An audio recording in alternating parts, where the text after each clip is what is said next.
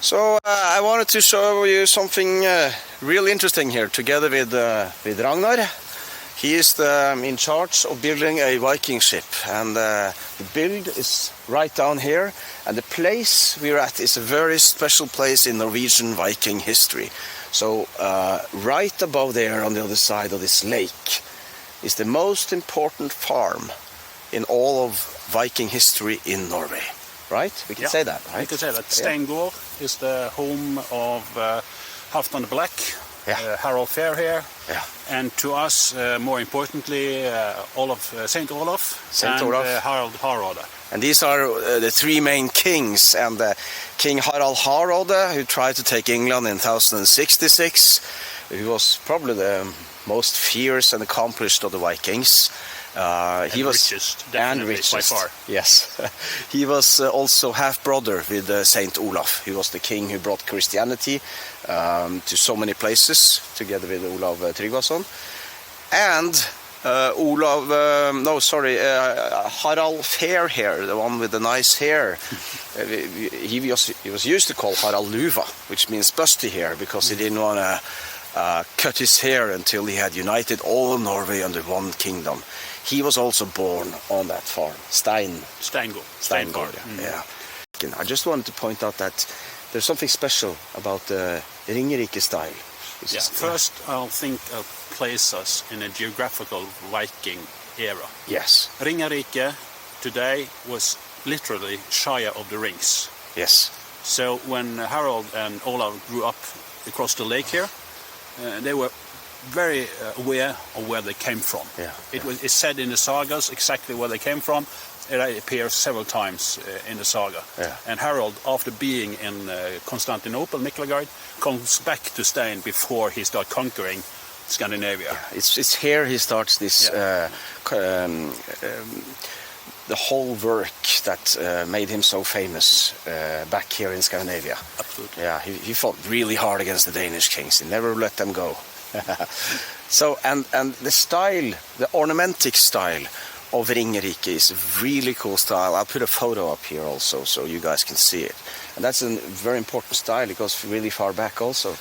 It is from around year 1000 to year 1075. So it coincides in time and influence with Harald and Olaf. Yes. And the origin can be placed at this island across here. We can see it's just 400 meters away from the build site.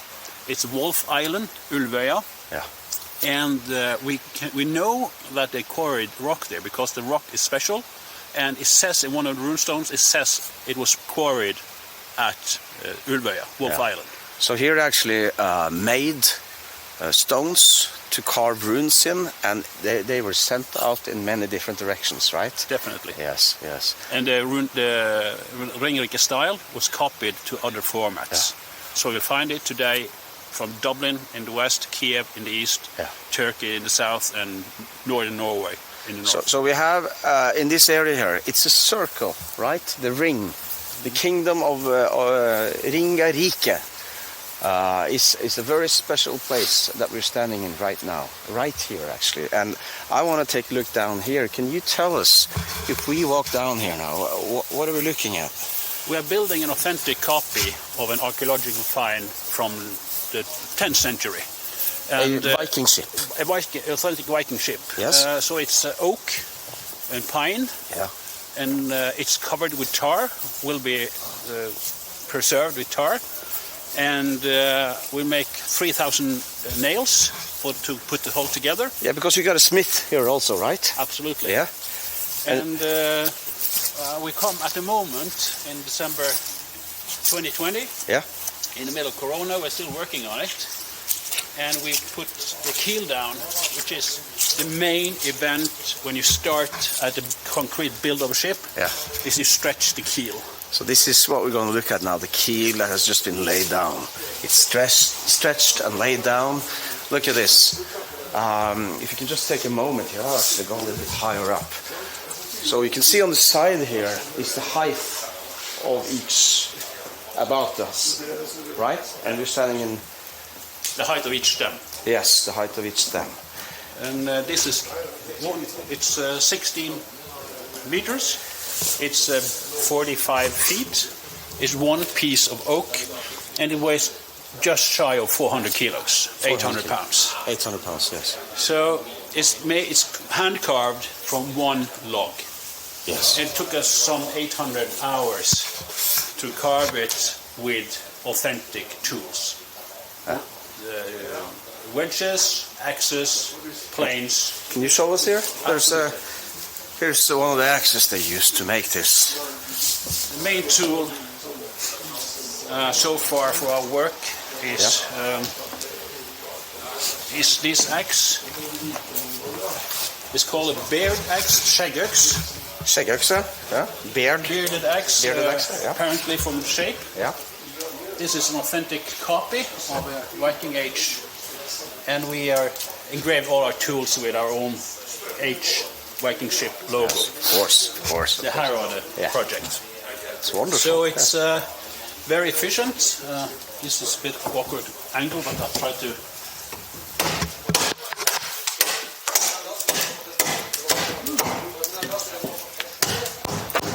It's very precise, and it's a lightweight, well-balanced tool.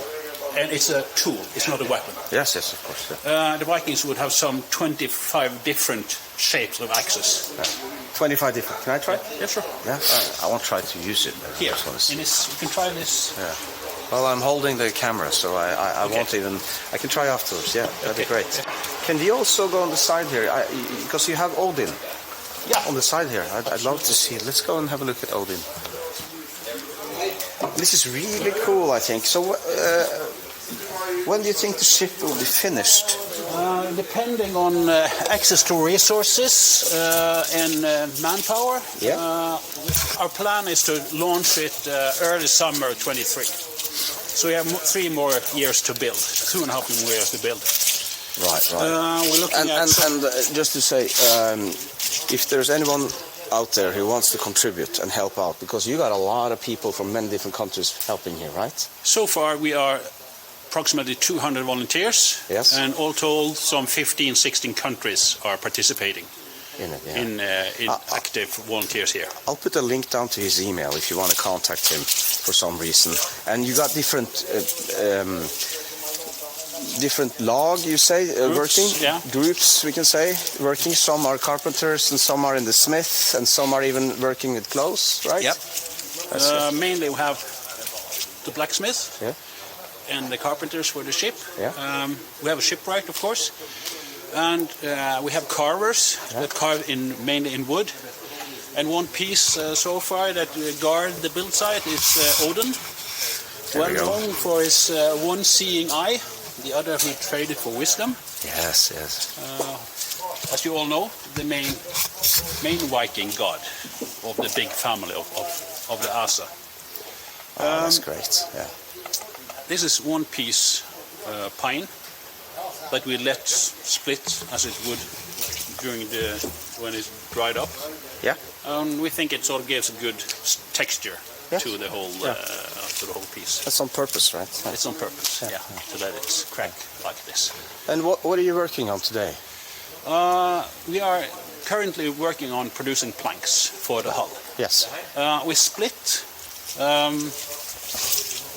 We get huge logs of oak, most imported from Denmark. The largest is 8 tons. It's about 1 meter in diameter and 8 meters long. And here you can see different cuts, quarters, eighths of entire log. I'd like to show you, get a bit of a scale of what we work with.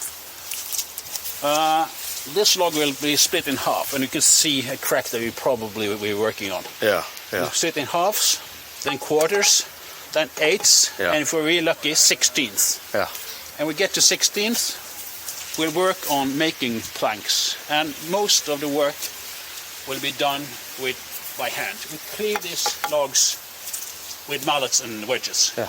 So you do it the Viking way, and there's a specific reason for that, right? That's part of the project. Yes, that is, when you split it like this, you get a much better quality of each plank than if you cut it with a saw. Yes. If you cut it with a saw, you'd cut through all the fibers, and it would take in water much easier than when we do it like this. The fibers are intact all the way through, and each plank will be 2 to 3 times stronger, more flexible, and will last 2 to 3 times longer in the water. And that, I know a little bit about that as a sailor, because that flexibility that the Vikings had, you could actually sail with the waves instead of sailing through the waves, and that just increases the speed. I need a timeout. Yeah, sure. Oh, yeah, you have it. So on the side here, you're actually building on this, right? You're working on this now. This is in production. Yes. Yeah. Here you got a quarter. Another here underneath the plates. Yeah. You have an 1/8 and a 16th, and this is turning into a plank like the ones we just saw at the build site. Right. So here's our production line. Yeah. And on Saturdays, you're normally 25 to 30 people about working here? Yeah. That's what you do every Saturday? Every Saturday, every Thursday, every Sunday. Oh, really? And we have some volunteers that are more eager than others, so they will find some work to do during the week. Yeah. We have quite a few retired people that are working actively through the week. So we get quite a good piece of work done each. Yeah. Lots of Vikings. Yeah. Yes. The elderly Vikings have probably left behind when the young ones went raiding. Yeah. The old ones stayed home and fixed their boats. And fix their boats, yeah. well, Ragnar, I have to say thank you. This is incredible to see. And I've heard about, and we met 2 years ago when I saw you made out the plans and went out and got investors. And to raise this many volunteers and this kind of work here, and the money needed also, it's just amazing, and I'm very happy to share this with you guys also. We haven't quite made a limit for money yet, and we need more volunteers to so if anyone wants to underway. If anyone wants to contribute, you can also see the email to Ragnar below here. And, thanks a lot. This was great. You're welcome.